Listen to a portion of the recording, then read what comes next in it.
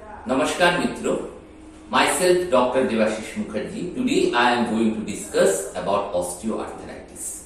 Osteoarthritis is very common in elderly patients.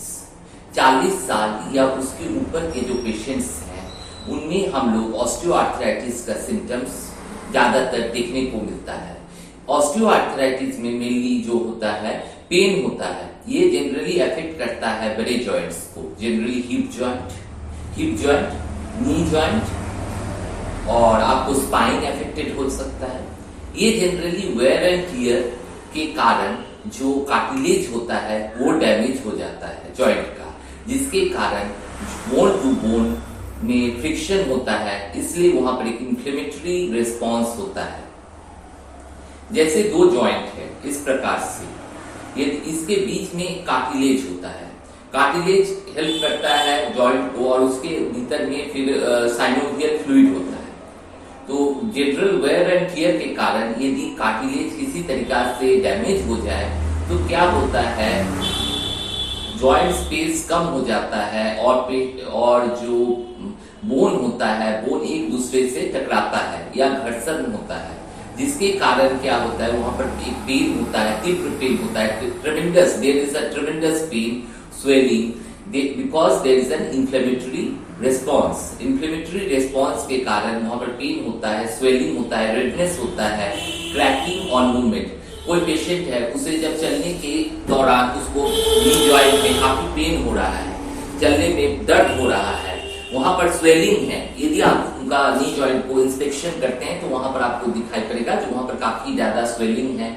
और इन cases में आप एक्सरे करवा सकते हैं, एमआरआई भी करवा सकते हैं, तो वहां पर आपको मिलेगा जॉइंट स्पेस कम है और वहां पर रिमॉडलिंग हो गया है बोन का, इवन सिस्ट आपको मिल सकता है।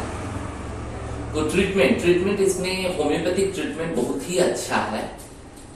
इन केसेस में जो ऑस्टियोआर्थराइटिस के जो केसेस होते हैं जनरली ये इंक्योरेबल केसेस है। इन केसेस में जनरली जो हो रहा है, जो ट्रीटमेंट लाइन है, जो पेशेंट्स को आप मेडिसिन दे सकते हैं जिससे क्या पेन कम हो सकता है, पेशेंट अपना लाइफ अच्छा से बिता सकता है। और कुछ एक्सरसाइजेस भी इंपॉर्टेंट है जो कि मसल्स को स्ट्रेंथन करे। तो चलिए जान लेते हैं कुछ प्रमुख मेडिसिन जो कि यूज हो सकता है। जब भी कोई मेडिसिन आप सिलेक्ट करते हैं होम्योपैथी में, so please select on the totality of symptoms. Totality of symptoms के बेसिस पे ही सिलेक्शन कीजिए।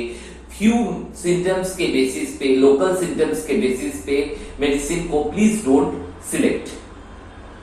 तो सबसे पहला जो मेडिसिन होम्योपैथी में आता है ऑस्टियोआर्थराइटिस का, वो है calcarea group of medicine, calcarea carb and calcarea floor.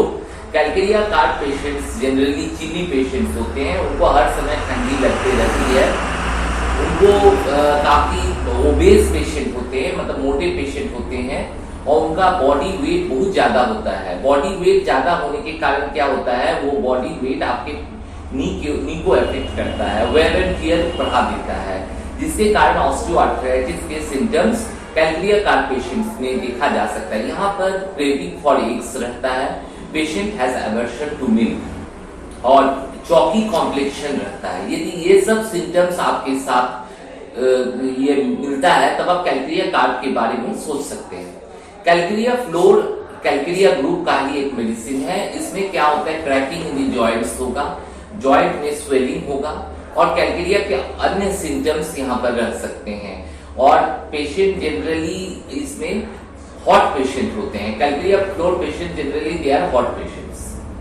Apart from that kali group of medicine can also affect your joint.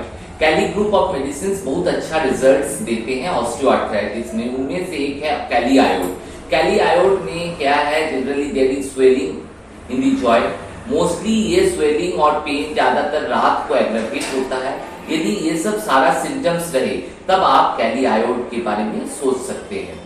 यदि आपके पेशेंट्स को आप सिमिलिमम दे रहे हैं और वहां पर यदि प्रॉपर रिजल्ट्स नहीं आ रहा है तो वहां पर हो सकता है माइजेमेटिक ब्लॉक हो, वहां पर anti miasmatic remedies are required for improvement of the patient.